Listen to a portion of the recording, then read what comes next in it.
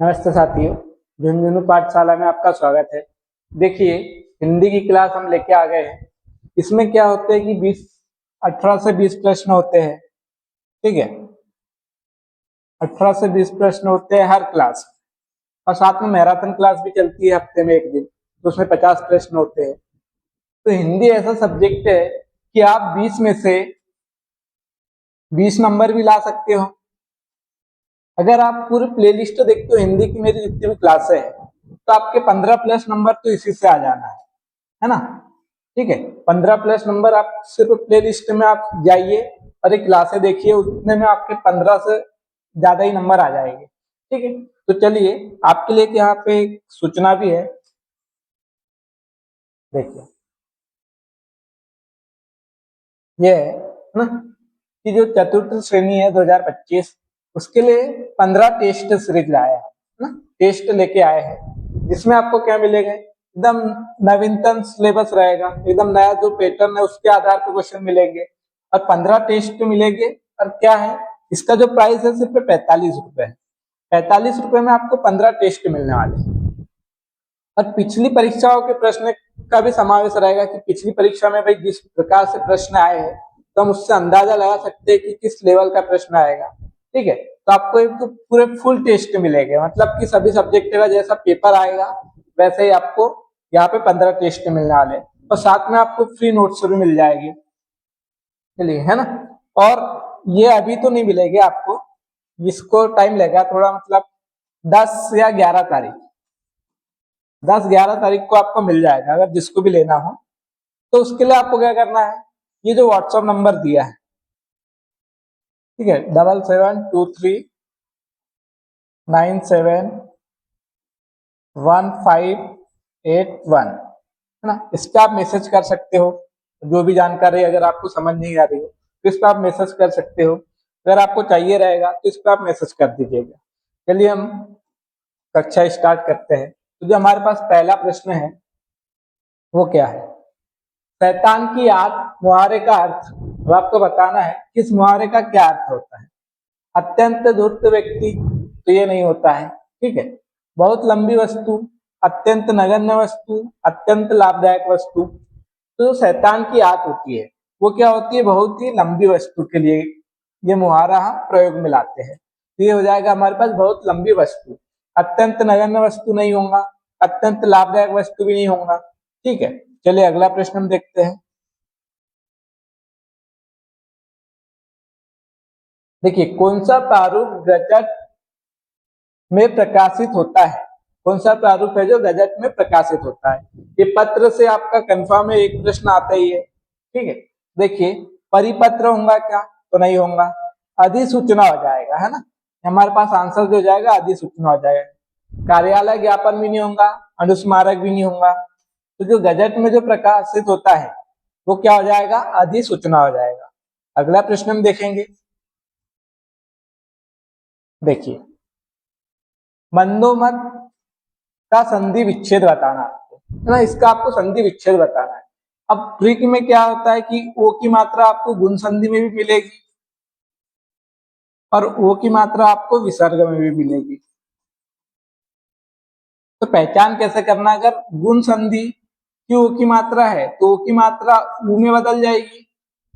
ठीक है, अगर से विसर्ग संधि है तो ये किसमें बदल जाएगा, विसर्ग में बदल जाना चाहिए। तो देखेंगे, मदो मत, तो ये शब्द तो बिल्कुल नहीं होगा, मदो के साथ नहीं होगा। मद और उन्मत हो जाएगा। ठीक है, और मदन और मत नहीं होगा। दो कंडीशन हो सकती है, या तो उन्मत शब्द हो जाएगा या फिर ओ की मात्रा विसर्ग में बदल जाएगी, मदन मत हो जाएगा। तो ये मद नहीं होता है ना, तो इसलिए ये भी ऑप्शन कट जाएगा। क्या होता है, मद और उन्मत हो जाएगा। तो यही क्या हो जाएगा, जो ऊ है ये ओ में बदल जाएगा। तो सेकेंड ऑप्शन हमारे पास में सही हो जाएगा। अगला प्रश्न हम देखेंगे। देखिए, क्या है, सम उपसर्ग नहीं है, तो आपको ध्यान देना है, नहीं पूछा है। तो सम उपसर्ग किसमें नहीं है तो बताना है। संदेह, संदेह शब्द में क्या है, यह सम उपसर्ग और देह शब्द, ये हो जाता है संदेह। तो इसमें क्या है, सम उपसर्ग है। सम संख्या किससे बना है, ये बना है सम और संख्या से। यहाँ कोई परिवर्तन नहीं है, तो यहाँ पे सम जो है वो विशेषण है। ठीक है, तो ये जो है उपसर्ग नहीं है, तो यही हमारा सेकेंड आंसर सही हो जाएगा। समुचित किससे बना है? यह है सम उपसर्ग और उचित शब्द, यहाँ भी सम उपसर्ग है। समाख्या किससे बना है? सम उपसर्ग और आख्या। देखिए यहाँ भी आपको सम उपसर्ग दिख रहा है, यहाँ भी और यहाँ भी। यहाँ पे अगर आप सम निकाल दोगे तो असंख्या कुछ नहीं होता है, कोई शब्द नहीं होता है। ये सम और संख्या ये क्या हो जाएगी? दोनों शब्द है जो आपस में मिल चुके हैं, यहाँ कोई परिवर्तन नहीं हुआ, कोई संधि नहीं है, कोई उपसर्ग नहीं है। ठीक है, तो इस प्रकार से आपको याद रखना है। ये हमारे पास में जाएगा सेकेंड आंसर, क्योंकि इसमें जो सम है वो विशेषण है, ना कि उपसर्ग है। चलिए, वासुदेव में इसमें आपको प्रत्यय बताना है कि कौन सा प्रत्यय है। ठीक है, तो आ प्रत्यय है क्या इसमें? नहीं है। वा प्रत्यय है क्या? नहीं है। एव है क्या? तो एव तो दिख रहा है, तो ये शब्द हो जाएगा वासु, वासुद और एव। तो एव तो निकल जा रहा है, लेकिन वासुद क्या होता है? कुछ नहीं होता है, तो ये हमारे पास में एव प्रत्यय नहीं रहेगा, तो ये भी ऑप्शन कट जाएगा। तो यहाँ अ तो दिख नहीं रहा, लेकिन अप्रत्यय है इसमें, तो चौथा सही हो जाएगा। कैसे? ये शब्द है वसुदेव, वसुदेव है, तो इसमें क्या कर दिया? अप्रत्यय जोड़ दिया, तो ये क्या बन जाएगा? वासुदेव हो जाएगा। जैसे पांडु है, इसमें आप अ जोड़ दो तो क्या बन जाता है? पांडव बन जाता है ना। पांडु कौन है? पांडव के पिता है। वैसे ही वसुदेव कौन है? कृष्ण के पिता है। और वासुदेव किसको कहते हैं? कृष्ण को कहते हैं, है ना। ठीक है, तो इस प्रकार से अप्रत्यय दिखता नहीं है, लेकिन जैसे जुड़ता है तो क्या होता है? सामने वाला जो वर्ण होता है उसमें क्या हो जाता है? वृद्धि हो जाती है। अगर अ है तो आ हो जाता है। ठीक है, चलिए अगला प्रश्न हम देखेंगे। तो आपको बताना है विशेषण से बना संज्ञा शब्द है, चारों में से विशेषण से संज्ञा कौन सी बनी है ये आपको बताना है, मतलब कौन सी है। देखिए, ममता जो है वो किससे बना है? ये भी भाव मतलब संज्ञा है, लेकिन ये बना मम से। मम क्या है? सर्वनाम है, तो ये क्या हो जाएगा? सर्वनाम से बनी है भाववाचक संज्ञा। सुंदरता किससे बनी है? सुंदर से। और सुंदर लड़का, सुंदर लड़की, तो ये क्या हो जाएगा? सुंदर क्या है? विशेषण है, तो इसमें ता प्रत्यय लगा और ये क्या बन गया? सुंदरता बन गया। ये किससे बना है? ये विशेषण से बना है। ये विशेषण से क्या बन गई? संज्ञा बन गई, भाववाचक संज्ञा। तो हमसे पूछा क्या? विशेषण से बना संज्ञा शब्द है, तो विशेषण से यही बना है, तो हमारे पास सेकेंड ऑप्शन सही हो जाएगा। बालपन किससे बना है? बाल से। यहाँ बाल का अर्थ क्या है? बालक से है। ठीक है, तो ये जो बना है बाल, बालक से है, तो ये क्या हो जाएगा हमारे पास? जातिवाचक संज्ञा हो जाएगी। ये जातिवाचक संज्ञा से, है ना, कौन सी बन गई? ये भाववाचक संज्ञा बन गई।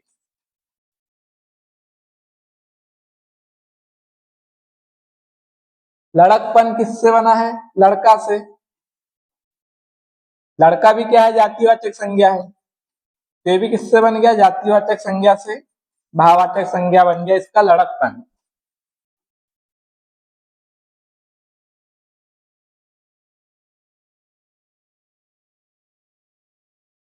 देखिए, ऐसे आपको सभी का क्या आना चाहिए? आपको अच्छे से विश्लेषण आना चाहिए, तब आप सही सवाल का आंसर कर सकते हो, मतलब जो भी प्रश्न रहेगा उसका सही जवाब दे सकते हो। चलिए अगला प्रश्न हम देखेंगे। कोई आया है में सर्वनाम है। अब यहाँ पे सर्वनाम संज्ञा की जगह आता है, तो यहाँ पे आया है क्या? कोई। तो कोई जो है वो कौन सा सर्वनाम है? क्या संबंधवाचक है, प्रश्नवाचक है, पुरुषवाचक है, या फिर अनिश्चयवाचक है? तो क्या हो जाएगा? संबंधवाचक नहीं होगा, प्रश्नवाचक नहीं होगा, प्रश्न नहीं किया गया है।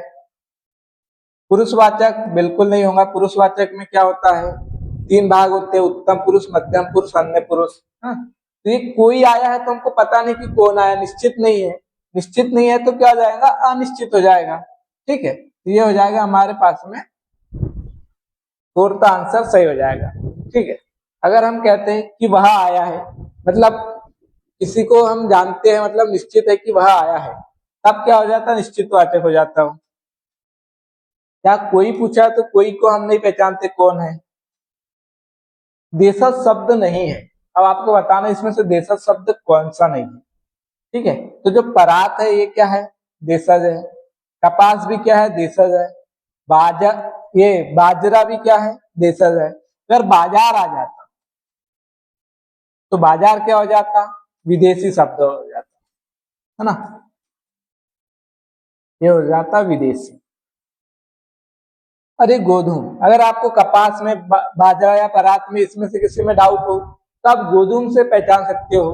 गोधूम किसका है, ये तत्सम शब्द का है। किसका तत्सम है, ये गेहूं का। गेहूं तद्भव है और ये तत्सम शब्द है। तो ये क्या है, देशज नहीं है, क्या है, तत्सम शब्द है। तो चौथा आंसर हमारे पास हो जाएगा।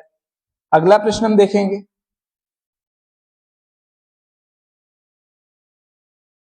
देखिए, वह खा रहा था, इसमें आपको काल बताना इस वाक्य में।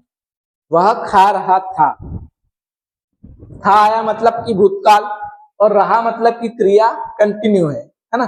भूतकाल की जो क्रिया है वो कंटिन्यू है, मतलब समाप्त नहीं हुई है। क्या संदेह तो है नहीं, तो संदिग्ध भूत नहीं होगा, सामान्य भूत भी नहीं होगा, पूर्ण भूत पूरा नहीं हुआ है तो ये भी नहीं होगा, अपूर्ण भूत हो जाएगा। क्योंकि वह खा रहा था, मतलब खा रहा था तो क्रिया चल रही है ना, तो इसलिए क्या हो जाएगा, ये फोर्थ आंसर सही हो जाएगा, अपूर्ण भूत हो जाएगा। चलिए अगला प्रश्न देखेंगे। फूल का पर्यायवाची नहीं है, अब आपको इसमें नहीं पे ध्यान देना है ना। यही पे हम गलती कर सकते हैं कि जो आपको प्रश्न आता है वो गलत कहाँ कर सकते हो आप, प्रश्न को ना पढ़ने। मैं हर वीडियो में आपको बताता हूँ कि एक बार प्रश्न ऐसे पढ़ने के बाद एक बार है कि पहले देख लो कि क्या पूछा है, सही पूछा है, गलत पूछा है, शुद्ध पूछा है, अशुद्ध पूछा है। ठीक है, ये चीज जरूरी है। तो सुमन, सुमन फूल का होता है पर्यायवाची। ठीक है, कुसुम भी फूल का पर्यायवाची है, पुष्प भी है। तनुजा, तनुजा किसका है, पुत्री का है ना। अगर तनुज होता तो ये क्या हो जाता, पुत्र हो जाता। ये क्या हो जाएगा हमारे पास में, पुत्री हो जाएगा। तनुजा जो है पुत्री का है, तो ये चौथा आंसर हो जाएगा हमारे पास। अगला प्रश्न हम देखेंगे। देखिए, किसी बात के मर्म को जानने वाला, किसी बात के मर्म को जानने वाला। अब जानने वाले के लिए हम क्या करते हैं, ज्ञ क्या प्रयोग करते हैं, ज्ञ मतलब जानने वाला हो जाता है। ठीक है, तो देखेंगे मर्म ज्ञानी, जो मर्म का ज्ञानी हो उसके लिए होगा। मर्म स्पर्शी, जो किसी बात के मर्म को स्पर्श कर सके, है ना, वो होता है। जानने वाला है मतलब कि मर्मज्ञ हो जाएगा, तो यही हमारा थर्ड आंसर सही हो जाएगा। मार्मिक नहीं होगा। ठीक है, तो तीनों हमारे पास ऑप्शन गलत हो जाएंगे। मर्मज्ञ हो जाएगा जो किसी बात के मर्म को जानने वाला। चलिए, वर्तनी वाला आ गया है। अशुद्ध वर्तनी है, इसमें से अशुद्ध वर्तनी कौन सी है बताइए। अंतर्धान होता है शब्द, ठीक है, अंतर ध्यान नहीं होता है। ये शब्द अगर आपको कहीं दिख जाए ऐसा, है ना, तो ये बिल्कुल गलत है। ये वर्तनी बिल्कुल सही है। उपलक्ष्य, इसमें भी कोई त्रुटि नहीं है। सौजन्य, ये भी सही है। ये किससे बना है, ये बना है सुजन, और यह प्रत्यय लग गया तो क्या हो गया, सौजन्य हो गया, तो बिल्कुल सही है। मिष्ठान, ये गलत है। ये एक शब्द क्या होता है, मिष्ट होता है। मिष्ट का अर्थ क्या होता है, मीठा, और ये है अन्न। तो यहाँ पे और यहाँ का मिलके क्या होगा, आ होगा, दीर्घ संधि होंगी, तो ये क्या बनेगा, ये बनेगा मिष्टान। तो ट होना चाहिए, ठ नहीं होगा, ठ कहाँ से आएगा, है ना, तो ये क्या है, गलत है। तो इसकी जो शुद्ध वर्तनी वो क्या हो जाएंगी, मिष्टान्न हो जाएगी। तो चौथा ऑप्शन हमारे पास सही हो जाएगा। अगला प्रश्न हम देखते हैं। देखिए, कौन सा विशेषण है, तो आपको बताना है इसमें से विशेषण कौन सा है। तो भलाई, भलाई किसी की विशेषता बता रहा है, क्या बता सकता है क्या नहीं। अगर यही होता भला, तो आप भला आदमी कह सकते हो। ये आदमी की विशेषता बता रहा भला, तो भला क्या है, विशेषण है। और जो भलाई है ये क्या है, भाववाचक संज्ञा है।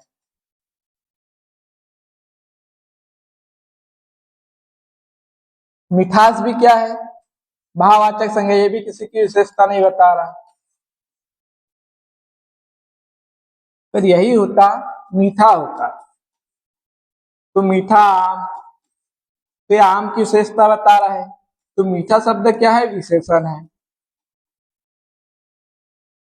लेकिन मिठास क्या है, भाववाचक संज्ञा।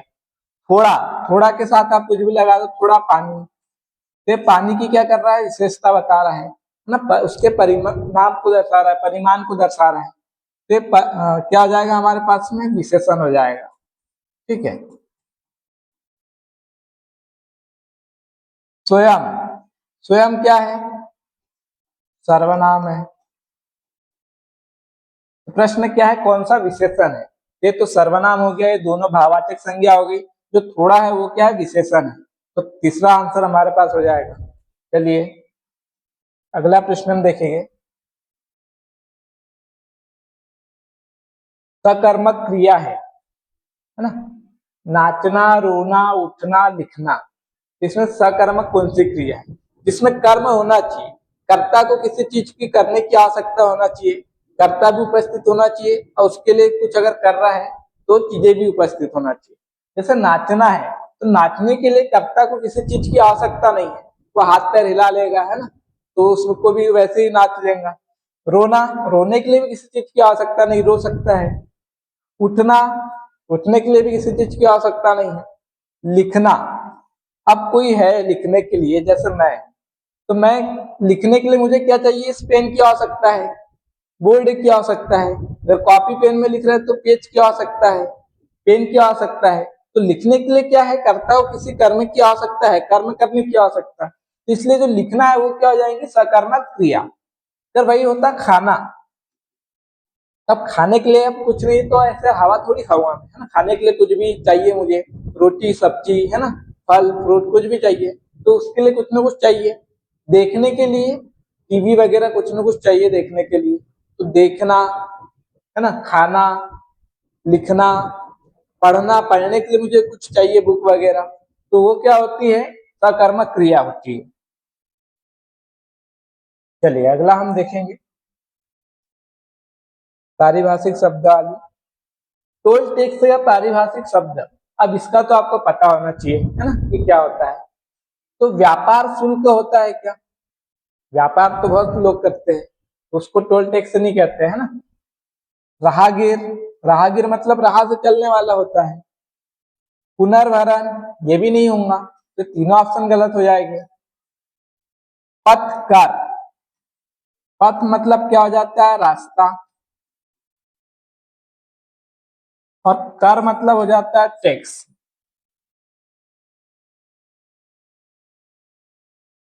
कर के अनेक आती है, कर को किरण भी कहते हैं, खाद भी कहते हैं, सूंड भी कहते हैं, है ना। और कर का अर्थ करना भी होता है, एक क्रिया, और कर का अर्थ टैक्स भी होता है। तो पथ कर, टोल टैक्स, टोल टैक्स आपको पता है, आप जब जाते हो रास्ते से, है ना, तो जो गाड़ियों से टोल टैक्स लेते हैं टोल नाके पे, तो वही होता है पथ कर। तो ये हो जाएगा चौथा ऑप्शन हमारे पास में। अगला प्रश्न देखिए, कौन सा वाक्य शुद्ध है, अब इसमें शुद्ध वाक्य बताना है। दुकानदार ने ताला खोला, इसमें कोई त्रुटि नहीं लग रही, बिल्कुल यही सही है ना। दुकानदार ने ताला खुला, ये नहीं आएगा। दुकानदार को ताला खोला, ये भी नहीं होगा सही।